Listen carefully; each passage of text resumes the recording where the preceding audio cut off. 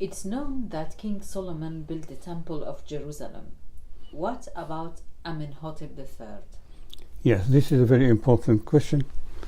Obviously, as I told you before, I believe that Amenhotep III of the 18th dynasty in Egypt is the same person as Solomon.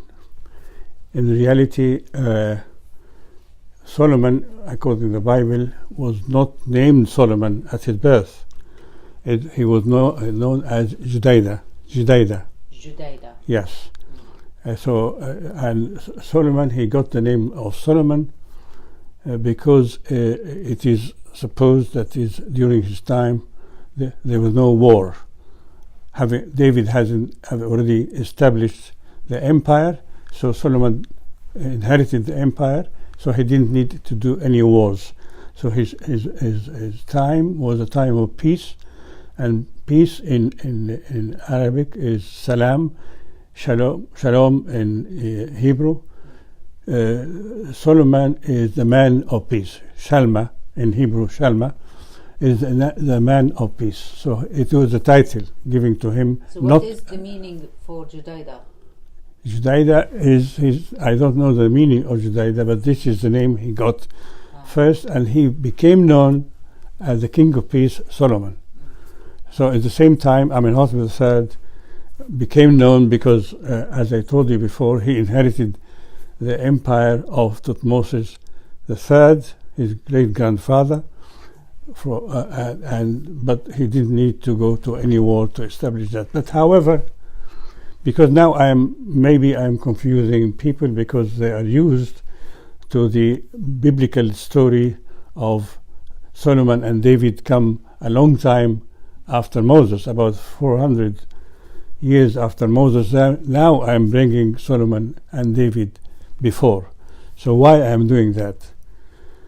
In reality, this is a question I was asked by a man from the Times, London Times, who interviewed my first book about Uia and Joseph.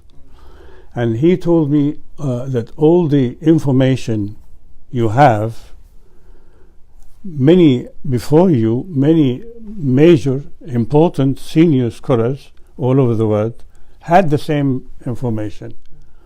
Why did you come to this conclusion? Why you, not them? Why didn't they see it? So I told him maybe because they already had a preconception. They have some story they want to prove right. And that's why they couldn't see the alternative. And he asked me, but what do you believe in? So, in fact, having been involved with the fanatic Islam before, and the fanatic, communism, I lost faith of everything, and I wanted, like Descartes, I suspected everything, and I wanted to have a proof. So I told him, I believe in what I find. I don't have something I want to prove. I want to know what is happening, what's going on. I want the evidence. In the same way, like the Picasso, when he said, "Je ne cherche pas, je trouve."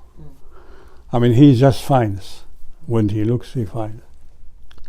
So, in the same way, what the main difference between me and the main line of the scholars who discuss or search the subject, which made me come to different conclusion really, is that when the Europeans came, the British, the Germans, and the French came to Egypt, in fact, in the real first archaeologists were coming to see the evidence that confirms the story of the Bible about the Exodus, about Moses, about all these things. So they had a story and they want to find evidence of that. So they followed the chronology of the Bible. So for instance, the Bible says at the time of the Exodus with Moses, that the Israelites had lived in Egypt between the time of Joseph and the time of Moses and the Exodus, 430 years. So they take this 430 years of the Bible chronology as a fact, and they started to look, because in Egypt there was a stela known now as a stela, the Israelite stela, which is the stela of King Amenhotep, the son and successor of Ramses II. It is the only stela, the only place in Egyptian history that we find the name of Israel as people, but already in Canaan. So they thought if they come, by now, during the time of Amenhotep, they must be in Canaan. So they went 430 years before that, and they fixed the time of Joseph, for instance. So they followed the chronology of the Bible. I, on the other hand, did not accept the chronology of the Bible. I tell you why. The chronology of the Bible is built on the ages of the prophets. For instance, they believe, according even up to now, the Jewish, this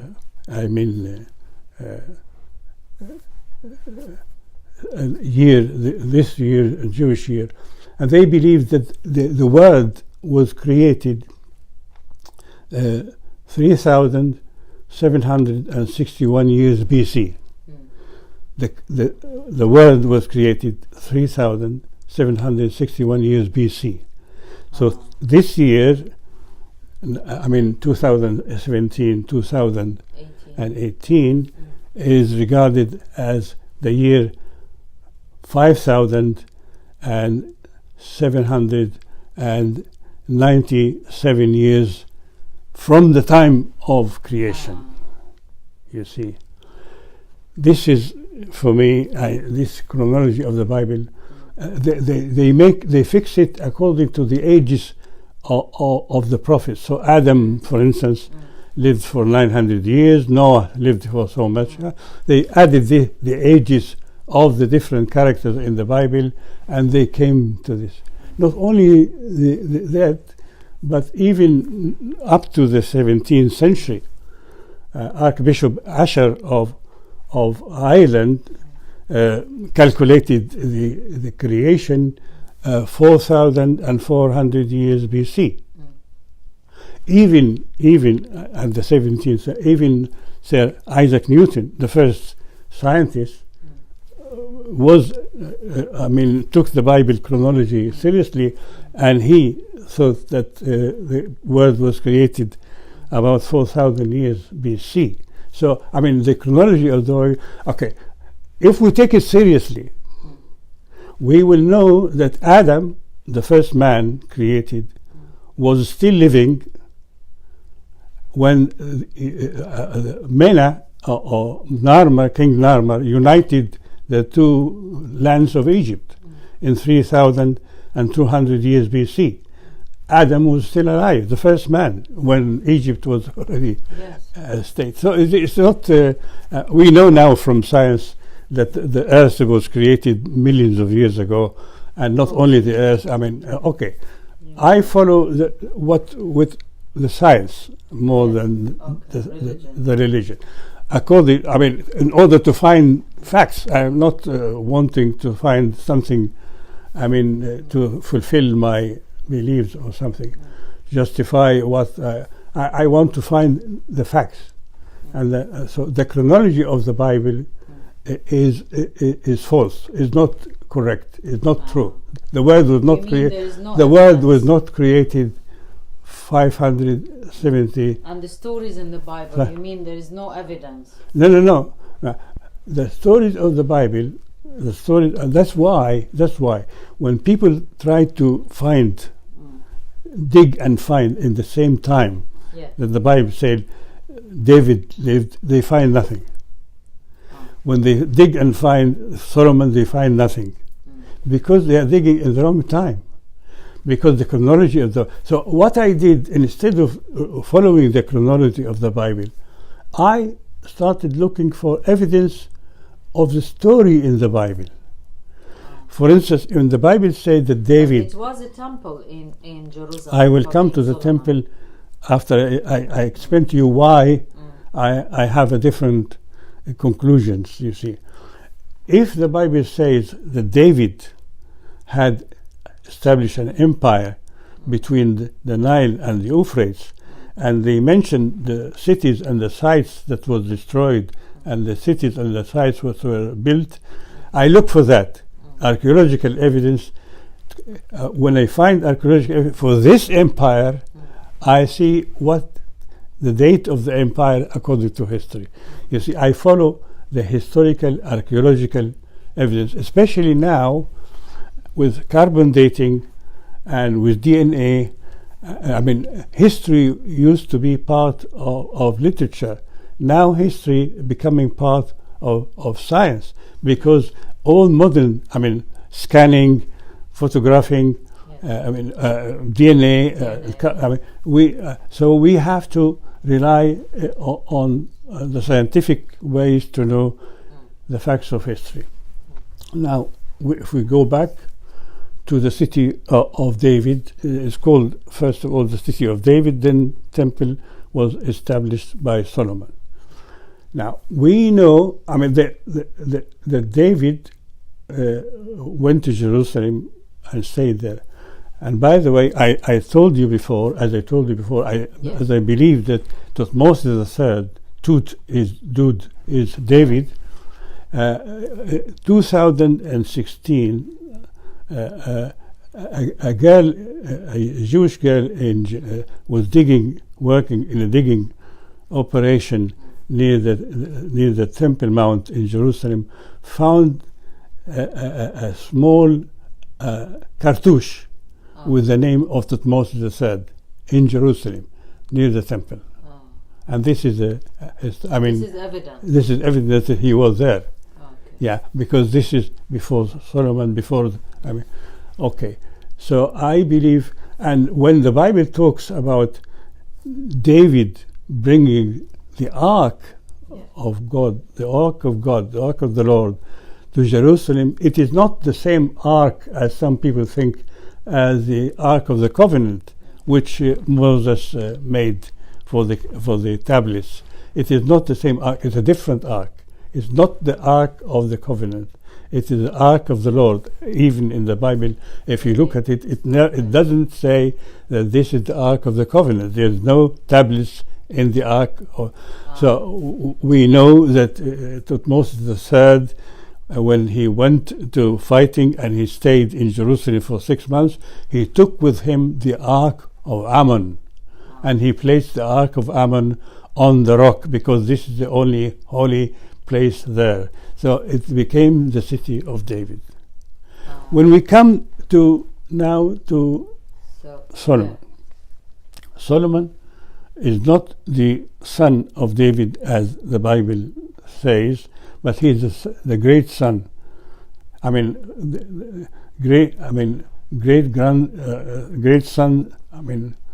Solomon, David was the great grandson of Solomon.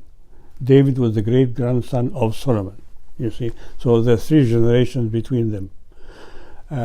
Solomon. And David was the father of Solomon. Not the father of Solomon. According to the Bible. Yes. But according to history, it was not the direct father. The Bible sometimes uses the word father as a kind of ancestor. Yeah, we need to explain this. Yeah. Because in many cases, not only in this case, the Bible uses the word father to mean an ancestor. A grandfather or great grandfather. Okay. It's an ancestor. So when we come to now Solomon and the temple, we know from history sources that King Amenhotep III, first of all, the city of Jerusalem during the time of Thutmose III, David, was not called Jerusalem. It was called Kadesh. Kadesh means the holy place. I mean, exactly is the origin of the present Arabic name for the city, Al-Quds. Quds, the holy place. Qadish. We have two names of Qadish names in the old times. One in northern Syria, Yes. city of Qadish, Yes. and one in Canaan, and this was the city of Jerusalem. Jerusalem was called Qadish, and it became known. At the time of Amenhotep III, at the time of Thutmose III, David, it was called Qadish in the text. At the time of Amenhotep III, Solomon, it became known in the text, in the letters between, as the city of Urushalayim. Urushalayim, the city of peace. Okay. The city of Solomon was the city of peace, you see. After him, Okay. you see. And this is important.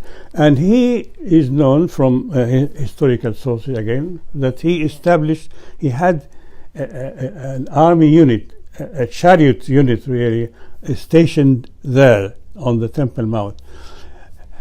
Strangely enough, obviously, the location of the chariots, of the horses, could not be established with archaeology and evidence because there is no real structure to indicate it. But there is, if you look at the south part of the Temple Mount, we have the mosque, the Aqsa Mosque, in the western side, Yes. near to the Wailing Wall. Yes. And in the east, we have an area that used to call Solomon's stables. The area east of the Aqsa Mosque is called the Solomon stables, Okay. indicating the area was used by the stables of Solomon, who was Amenhotep III, Okay. in the ancient times. Obviously, King Herod's during, just the first century BC, built some structure there. Okay. Yeah, and now recently, from about 30 years or so, the Islamic authorities, made this area as a kind of a prayer area, extending the Al-Aqsa Mosque. But the name of Solomon's stables Yes. is still there, remembered. Indicating that there was a stable there. Now, he also is known to have established a shrine in Jerusalem, a holy shrine, for the Egyptian unit stationed there to worship, according to Egyptian rituals. He is known that he had a chariot army there from the text, because the ruler, the prince of Jerusalem, Urushalayim, sent letters in the Amarna letters to the king, talking to him about this. So we know that this way. So he also established this thing. Obviously, in Jerusalem, the ancient holy place was the rock, because this is a natural rock raised from the ground. It is a natural thing. It had been always since. How many years? Since we know about the Jebusites who lived there from the start, because you see the Canaanite kind of worship. Originally the Canaanite worship is you go on top of a high mount and you have a rock. If there is no rock, you put some rock on top of each other, and you worship there. So this was a natural rock. So the area was holy because it's a natural rock. A rock is a kind of a shrine, of a holy of holies of some nature. You see. So when David went there, Thutmose III, he placed his ark there with the god Amun, the hidden one. When obviously we don't know that in the text, But obviously, if he established a temple So in is it Jerusalem, about 5,000 years the stone, you think? the stone is maybe Maybe 100,000 years. Oh, Stone is okay. natural stone. It's not just placed there. It is part of the structure of the ground. So I think yes, Solomon, meaning Amenhotep III, did establish a shrine, A shrine, okay. a small shrine for the Egyptian troops. But this is not the Temple of Solomon that we know about from the Bible. So what about the wall, the Wailing Wall? Yeah, Is it from the Temple of Solomon is not in Jerusalem. The original, the major Temple of Solomon, which is described in the Bible, is not in Jerusalem, is not in Palestine, but it's in Egypt. I'll tell you about that later. But what about the wall before we finish and talk about it, about the temple in the next part? Which wall? The wall, the Wailing Wall in Jerusalem. No, the Wailing Wall was built later on, much later on by King Herod. King Herod made the whole area surrounding the temple. He built this wall, and the Romans in the year 70, when they destroyed the temple, they also destroyed the walls, except this western small area that is remaining, called the Wailing Wall, from King Herod's wall. He established it. So why is it holy then? It's holy for the Jews now because it is the only remaining part, the only standing remaining part of their old temple. That's why it is holy for them, because this is the only thing. But we would like to talk more. Actually, we have to make a part about the Temple of Solomon and where is it, where we need lots of details with the evidence. What I wanted to talk to you of today about the connection between Solomon and Jerusalem. Yes. Solomon was never there. He never went there, although Thutmose said David went there and stayed there for 6 months. Solomon, the historical Solomon, never went there. As you said, it will be the grandson, the great-grandson. Yeah. Amenhotep said didn't go there. And his temple is established in Egypt, not in Jerusalem. Where about although he had, as I told you, a shrine established in Jerusalem. Maybe that's why the idea that Solomon had a temple there.